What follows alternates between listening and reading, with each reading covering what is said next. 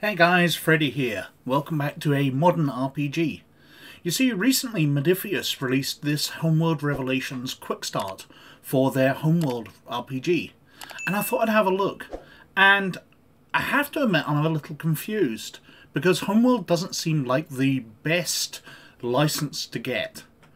You see, all I really remember of it was the strategy game that came out in the late 90s, where you controlled a fleet of survivors. Their homeworld had been attacked and destroyed by an alien race, and they were travelling across the galaxy attempting to find a new homeworld, hence the name of the game. And you had this big carrier ship, and you built and launched smaller vessels to protect your fleet or protect your colony vessel as it travelled across the galaxy and was attacked by the people who destroyed your homeworld. Now, it's an interesting strategy game, and it's kind of odd that I didn't get into it, because I love space strategy games. I still play Star Trek Armada 2 to this day, and so many other strategy games I play a lot of. But at the time when it came out, I was more into my space conflict games. So I was playing the X-Wing series of games, right up to X-Wing Alliance, and Freelancer, Conflict Free Space 2. I loved all those games, so I was probably more into those at the time. So didn't play Homeworld. So it just kind of slipped onto my radar. Now I'm aware there was a sequel to it, and I'm aware, I think there's a ground strategy one, Homeworld Sands of Kharkiv or something like that. Apologies if I'm getting the name wrong, but as I said, I haven't really followed this title at all. So it seems really odd that Modiphius has bought the license and is bringing out a role-playing game of it. There seems to be so many other computer games of the era, ones which I was more into. For example, the Gothic series of games really seemed to suit a role-playing game because it was a role-playing game.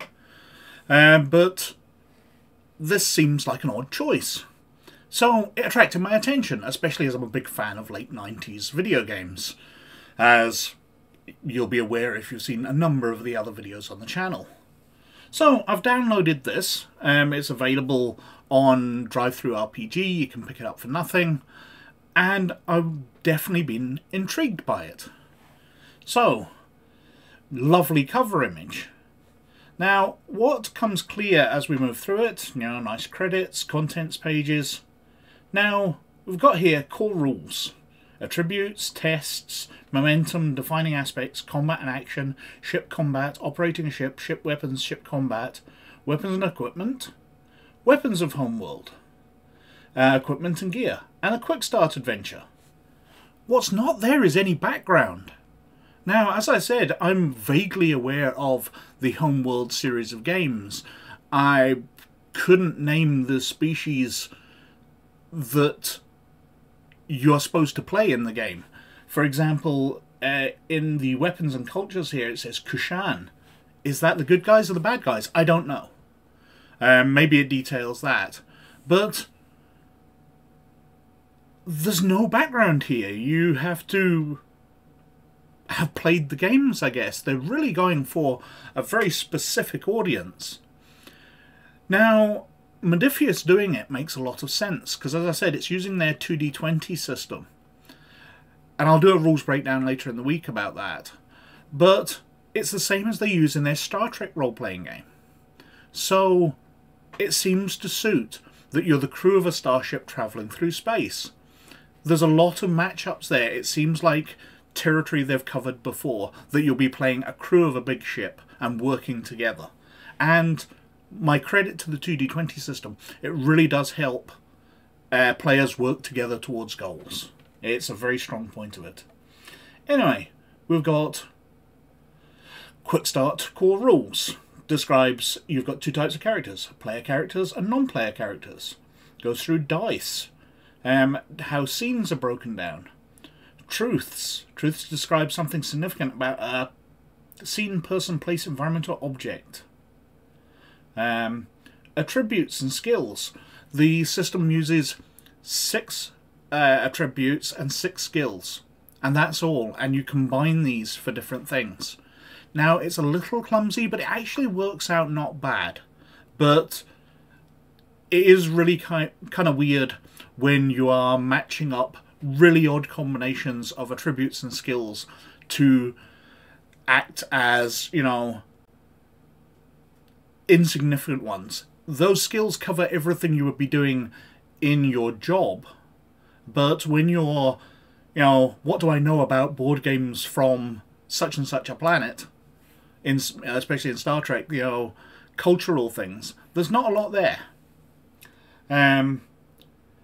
We've got focuses, we've got talents, which are basically special abilities and bonuses you get.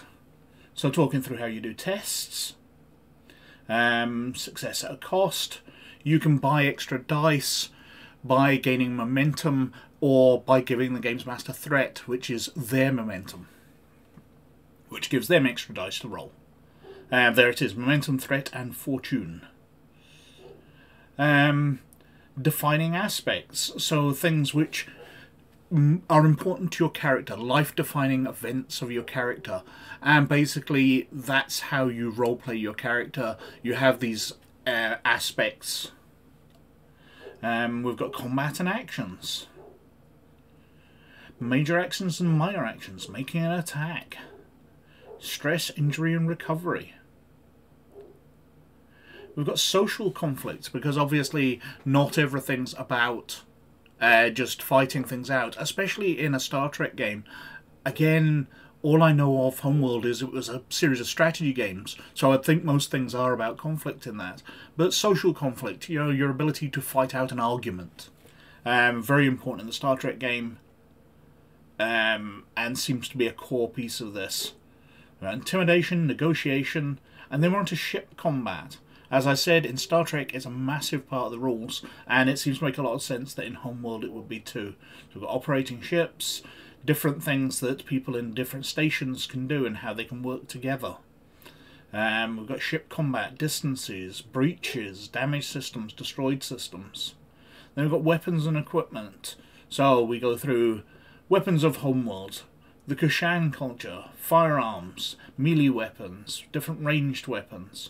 We've got different equipment, breach patch, goggles, wrist computer, body armour, hard-plated body armour, weapon repair toolkit, very limited stuff. And then we've got an adventure. Well, it starts by not giving you too much information. Really doesn't flesh things out. The scenario starts in the outer deserts called the Dreamlands. The characters will need to make their way to the Kartoba and explore, attempting to find any artifacts of importance. Why? Who are they? What do they want? There's just no information here. Unless you know Homeworld. They really are targeting a very, very tiny audience, I've got a feeling. We've got the different scenes. I'll flick through these as I don't like to concentrate on adventures too much. You know, sorts of maps, the standard stuff. And most of it is an epilogue, a new beginning. And then we've got some stats for various things within it. And welcome to the Dreamlands team. Join Mivath Sagald on archaeological expedition to the planet Karak. You and your team have been brought together to gather historical records and artifacts from the wreckage of the great ship the Kartoba. However, you are far from the only interested party descending on the ruin, and at this point the race is on. So there's no background information that I can see. It's very, very limited. However, when I look at the other file, there are characters here. So, members of Kith Manan are carefree and free-spirited. The Manani is also equipped to try new things or volunteer for a new procedure, always eager to have new experiences. So you've got the truth about them here. But again, not really any background information. If I'm playing Jarin Manan, who's the pilot, what is there more about him? Who is he? Does he have family? I know we're supposed to flesh out the characters ourselves, but it'd be useful to have something.